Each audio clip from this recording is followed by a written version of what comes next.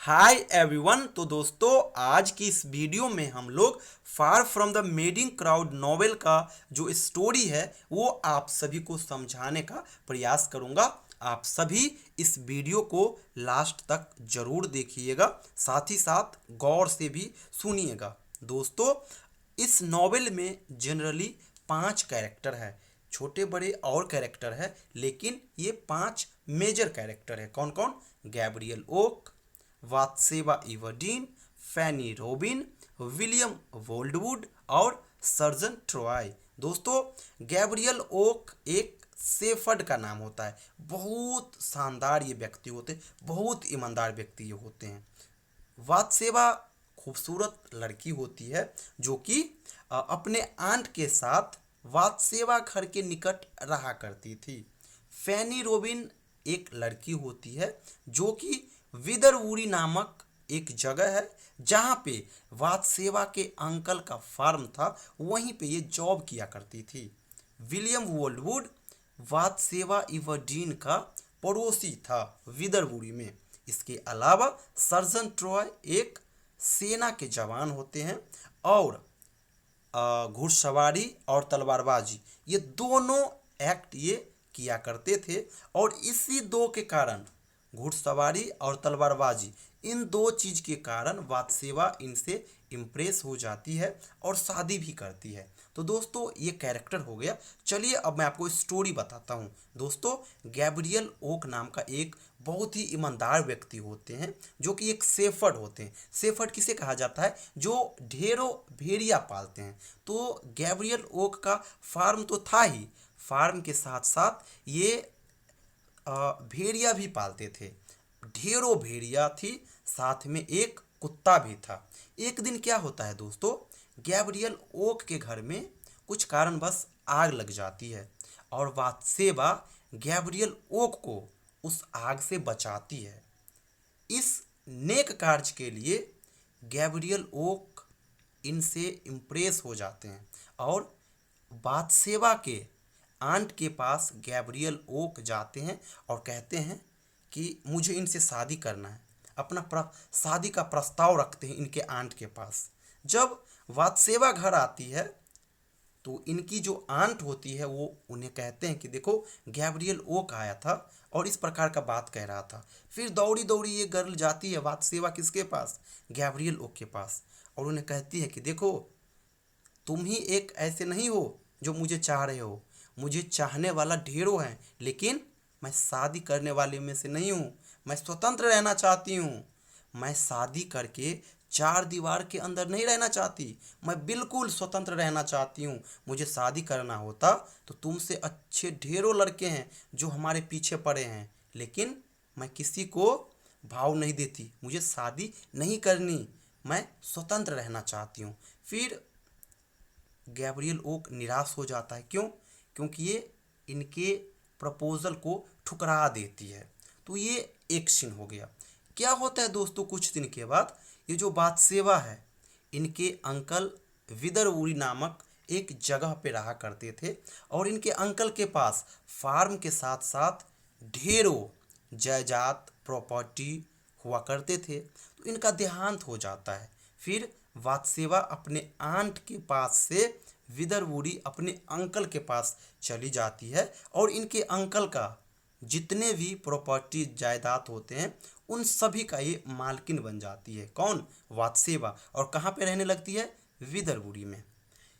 एक दिन क्या होता है दोस्तों, गैब्रियल ओक जब सो के उठता है तो वो देखता है कि इनके जो कुत्ते हैं वो सारे भेड़िए को घायल कर दिए हैं, भेड़िया मर चुकी है। काफ़ी निराश होता है। क्यों? क्योंकि ये बंदे पूंजी फंसा के ढेरों भेड़िया लाया था और उसी से वो अपना खर्च चला रहा था, लेकिन अब भेड़िया रही नहीं, ये घाटे में चले जाता है। तो वो फिर क्या करता है, अपने ज़मीन जायदाद बेच करके और कर्ज चुकाता है और फिर वो सोचता है कि नहीं, मैं यहाँ पे नहीं रहूँगा, मैं जा रहा हूँ कहीं पे नौकरी करूँगा, वहीं पे खाऊंगा और रहूँगा आराम से। मुझे अब कोई बिजनेस नहीं करना है, मुझे भेड़िया नहीं पालना। वो बेचारा तंग आ गया होता है, क्योंकि ढेरों भेड़िया का मौत वहाँ पे हो जाती है। तो ये निराश होकर फिर जॉब के सर्च में वहाँ से निकल देता है। कौन? Gabriel Oak. जब वो रास्ते में जा रहा होता है दोस्तों, तो उसे दिखता है कि एक फार्म है और उस फार्म में आग लगा हुआ है और वहाँ पे ढेरों जानवर है, जानवर भी जल रहे हैं। तो गैब्रियल ओक अपने जान को जोखिम में डाल करके वहाँ पे जितने भी जीव जंतु होते हैं उन सभी को आग के लपटों से बचाते हैं, उस फार्म को भी आग के लपटों से बचाते हैं। और जब आग के लपटों से बचाते हैं, फिर उस फार्म की जो मालकिन होती है वो आती है किसके पास? गैब्रियल ओक के पास। और इसका तारीफ करते हैं कि आज शायद तुम नहीं होते तो फार्म के साथ साथ ये सभी भेड़ियां भी आज जल के मर जाती। तो गैब्रियल ओक अपना एक प्रस्ताव वहाँ पे भी रखा कि देखो मैं जॉब के सर्च में हूँ। फिर वो जो मालकिनी होती है वो इन्हें जॉब पे रख लेती है। और अब यहाँ पे मैं बता दूँ कि ये जो मालकिन होती है वो कोई और नहीं, ये वात्सेवा होती है। वात्सेवा तो उसे पहचान लेती है, लेकिन गैब्रियल ओक वात्सेवा को नहीं पहचान पाते। क्यों? क्योंकि वात्सेवा नकाब डाली होती है, अपने हर एक चीज़ को ढकी हुई होती, केवल आंख उसका दिख रहा होता है। तो ये होता है। तो गैब्रियल ओक को कौन रख लेती है? वात्सेवा वहाँ पे रख लेती है। फिर दोस्तों मैं आपको बताया कि फैनी रोबिन नाम की लड़की वहाँ पे इस फार्म में काम किया करती थी। कौन फार्म में? जो फार्म वात्सेवा के अंकल का था उसी में काम किया करती थी। जब गैब्रियल ओक आया तो फिर ये लड़की वहाँ से चली जाती है। कुछ दिन के बाद क्या होता है दोस्तों, वात्सेवा एक चीज़ देखती है कि अरे यहाँ पे जितने भी व्यक्ति हैं वो सब हमारे पीछे पड़े हुए हैं, लेकिन एक वोल्वुड नाम का व्यक्ति है जो हमारे तरफ घूर के भी नहीं देखता है। चलो आज मैं इसके साथ कुछ मजाक करता हूँ, देखता हूँ कि ये पिघलता है कि नहीं। तो फिर ये वात्सेवा क्या करती है, जब वोल्वुड को वो देखती है कि ये आ रहा है तो उसके सामने एक लेटर गिरा देती है और उस लेटर में लिखा रहता है मैरी मी। जब विलियम वोल्वुड इसे देखता है तो ये बंदे पिघल जाता है रियली, और इस जो कीला नोट को वो सीरियस ले लेता है और ये फिर कहाँ पे चला जाता है? वात्सेवा के पास। चलो तुमने मुझे लेटर दिया मैरी मी, मैं तुम्हारे प्रपोजल को एक्सेप्ट करता हूँ, अब कब मुझसे शादी करोगी बताओ। अब वात्सेवा टेंशन में आ जाती कि अरे मैंने तो इसके साथ मजाक मजाक में कुछ एक्ट प्ले किया, लेकिन ये तो सीरियस ले लिया।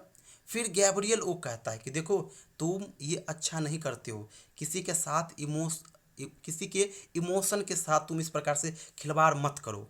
फिर वात्सेवा कहती है गैब्रियल ओ को, तुम मुझे कहने वाले होते कौन हो, भागो यहाँ से। फिर वो गैब्रियल ओ को वहाँ से निकाल देते हैं। लेकिन जैसे ही गैब्रियल ओ वहाँ से निकलते हैं, फार्म के अंदर जितने भी भेड़ होते हैं और अदर जीव जंतु होते हैं वो सब बीमार पड़ जाते हैं। क्यों? क्योंकि गैब्रियल ओक के अलावा कोई था ही नहीं जो उसका देखभाल बढ़िया से कर पाए। तो फिर बादशाह हार के इसे बुलाती है और जब ये आता है तो फिर सारा जीव जंतु वापस रिकवर हो जाता है, सही हो जाती है। तो ये एक इंसिडेंट होता है। फिर इस नॉवेल के अंदर क्या होता है दोस्तों, मैं आपको बताया सर्जन ट्रॉय नाम का एक आर्म फोर्स के जवान होते हैं। ये एक्चुअल में फैनी के साथ प्यार कर रहे होते हैं और ये दोनों डिसाइड करते हैं कि चलो आज हम दोनों शादी करेंगे, किसी मंदिर में शादी करेंगे। तो वो मंदिर में शादी करने के लिए दोनों निकलते हैं। पहले फ्रांसिस ट्रॉय निकलते हैं और फिर फैनी रोबिन निकलती है। जब ये दोनों मंदिर में जा रहे होते हैं तो फैनी रोबिन मंदिर से भटक जाती है, क्योंकि जहाँ पे उसे जाना होता है ना एग्जैक्ट लोकेशन पे वो जा नहीं पाती। लेकिन शादी से पहले ये दोनों रिलेशनशिप में रहते हैं। तो फैनी रोबिन जो होती है ना ये प्रेग्नेंट होती है। फिर इस स्टोरी के अंदर पढ़ोगे दोस्तों, लास्ट में फैनी रोबिन एक बच्चे को जन्म देने के बाद मर जाती है और सर्जन ट्रॉय जो होता है ना ये भी समझो इसके मरने के बाद काफ़ी बेचारे टेंशन में आ जाता है। लेकिन इससे पहले एक इंसिडेंट और घटा होता है। क्या घटा होता है? सर्जन ट्रॉय नाम का एक व्यक्ति जो था ये दो चीज़ में बहुत निपुण था। एक था घुड़सवारी और एक था तलवारबाजी, और ये दोनों चीज़ में बहुत शानदार तरीके से वो एक्ट करता था। घुड़सवारी भी बहुत तेज और बेहतरीन करता था, साथ ही साथ तलवारबाजी भी बहुत अच्छा करता था। तो ये जो वात्सेवा है ना, ये इसी दो चीज़ के कारण इम्प्रेस हो जाती है और ये इनसे शादी करने को ठानती है। जब ये बात विलियम वोल्वुड को पता चलता है कि अरे ये अब इनसे शादी कर रही है, तो ये बंदे गुस्सा जाते हैं। फिर ये दोनों किसी तरह छुप के शादी कर लेते हैं। कौन? सर्जन ट्रॉय और वात्सेवा। और ये दोनों एक दिन मार्केट में जा रहे होते हैं, किसी काम के चक्कर में मार्केट जा रहे होते हैं। तो मार्केट में सर्जन ट्रॉय का मुलाकात इनसे होती है, फैनी से। अब एक्चुअल में लव फैनी से ही कर रहा होता है। कौन? Surgeon Troy. लेकिन जब ये दोनों मंदिर में जा रहे होते थे ना, स्टार्टिंग में मैं आपको बताया था कि जब ये दोनों मंदिर जा रहे होते हैं रास्ते भटक जाती। कौन? फैनी रॉबिन। फिर सर्जन ट्रॉय देखता है कि अरे फैनी तो गर्भावस्था में है। फिर ये बहुत निराश होता है बंदा। फिर ये कुछ समय के लिए दोनों क्लोज होते हैं, लेकिन फैनी का मैं बताया देहांत हो जाती है, वो मर जाती है। अब सर्जन ट्रॉय जो होता है ना, डिप्रेशन में चला जाता है। इनके पार्थिव शरीर को अंतिम संस्कार के लिए ले जाता है और फिर वो अपने आप को समुद्र में डुबाने को ले चल जाता है कि नहीं, मैंने बहुत गंदा काम किया, इतनी अच्छी थी, मैंने इसके साथ धोखा दिया, मैंने इनके साथ धोखा किया, इसलिए मैं जा रहा हूँ, मैं भी समुद्र में डूब के मर जाऊँगा। तो जाता है, लेकिन एक जो समुद्री जहाज होते हैं ना, उसके जो नाविक होते हैं वो इन्हें बचा लेते हैं। किसको? सर्जन ट्रॉय को। फिर ये न्यूज वात्सेवा के पास जाती है। वात्सेवा एकदम बिल्कुल समझो घबरा जाती है कि अरे मुझे पहले पता होता फिर मैं तो इनसे शादी भी नहीं करता, ये तो किसी और लड़की के साथ प्यार करता था, ये तो प्रॉपर्टी के लोभ में मेरे चक्कर में पड़ गया। फिर मैं आपको बताया कि ये जो है ना सर्जन ट्रॉय, वो अपने आप को ये कहता है कि मैंने इनके साथ गलत किया, मैं जा रहा हूँ, डूब के मैं भी मर जाऊँगा। तो इसलिए ये छलांग लगाता है समुद्र के अंदर। लेकिन समुद्र में जो जहाज होते हैं उसके नाविक तो इनके जान को बचा लेता है। लेकिन वात्सेवा के पास ये न्यूज आता है कि सर्जन ट्रॉय मर गया फैनी के गम में। तो वात्सेवा के पास फिर से ये विलियम वोल्वुड जाता है कि देखो ये तो मारा गया, चलो अब हम दोनों शादी कर लेते हैं। 7 साल हो गया होता है सर्जन ट्रॉय को दूर हुए वात्सेवा से।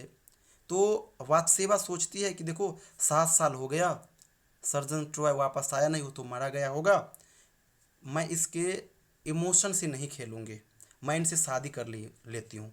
क्यों? वात्सेवा हार गई होती है। ढेरों जगह इनके साथ इस प्रकार का इंसिडेंट होता है और ये घबरा गई होती है, सदमे में चली गई होती है। तो फिर ये सोचती है कि हम दोनों शादी करेंगे। तो फिर ये दोनों शादी करने के लिए राज़ी होता है। विलियम वोल्वुड ग्रैंड पार्टी देता है और जब शादी हो रहा होता है उसी वक्त सर्जन ट्रॉय का फिर एंट्री होता है और विलियम वोल्वुड के हाथों से वात्सेवा के हाथ को खींच के अपने हाथों में रख लेता है। मैं आपको बताया था कि ये मरा नहीं था, अपने आप को डुबाने के लिए जरूर गया था, लेकिन नाविक इनके जान को बचा लेता है वहाँ पे। तो 7 साल के बाद ये आता है, शादी जिस वक्त हो रहा होता है उसी टाइम ये आता है। अब सब आश्चर्य में पड़ जाते हैं, वात्सेवा भी शौक हो जाती है, अरे मैं समझ रही थी कि तो मारा गया। विलियम वुड कहता है कि देखो जहाँ जहाँ मैंने इनसे शादी करने को ठाना वहाँ वहाँ ये बंदे आ गया, मैं इसे छोड़ूंगा नहीं। वो बंदूक निकालता है और इसे शूट कर देता है। सर्जन ट्रॉय वहीं पे मर जाता है। फिर विलियम वोल्वुड को उम्र कैद का सजा, फांसी का सजा होता है, लेकिन फिर ये उम्र कैद में बदल जाता है। अब वात्सेवा अकेली हो गई। गैब्रियल ओक को ये सब देखा नहीं जाता। गैब्रियल ओक वहाँ से निकलने लगते हैं। फिर वात्सेवा गैब्रियल ओक के पास आती है और वो रोने लगती है कि अगर एक्चुअल में कोई बंदा है जो हमारे लिए है वो तुम हो। मैंने तुम्हारे इमोशन के साथ शुरू से ही खेली, लेकिन तुम एक ऐसे बंदे हो जिसके साथ मैं बढ़िया से रह सकती हूँ। तो फाइनली वात्सेवा का शादी गैब्रियल ओक के साथ हो जाता है और यहीं पे ये स्टोरी ख़त्म हो जाती है। देखिए ये स्टोरी बहुत लेंदी है, मैंने बहुत शॉर्ट किया। लेंदी नॉवेल जब आप पढ़ोगे तो आपको पता है कि नॉवेल बहुत लेंदी होती है, लेकिन हमें उतना ही पढ़ना है जिससे कि एग्जामिनेशन में काम चल जाए। जो मेन है स्टोरी वो मोटा मोटी मैंने आपको बता दिया इस वीडियो के माध्यम से, ज़्यादा कुछ है नहीं, यही चीज़ है। वात्सेवा विलियम वोल्डवुड के चक्कर में पड़ती है, फिर वो सर्जन ट्रॉय के चक्कर में पड़ती है, हर जगह से धोखा मिलता है, फिर लास्ट में वो गैब्रियल ओक से ही शादी करती है। तो यही स्टोरी है, बाद बाकी मैं आपको कैरेक्टर बता चुका हूँ। Thank you so much.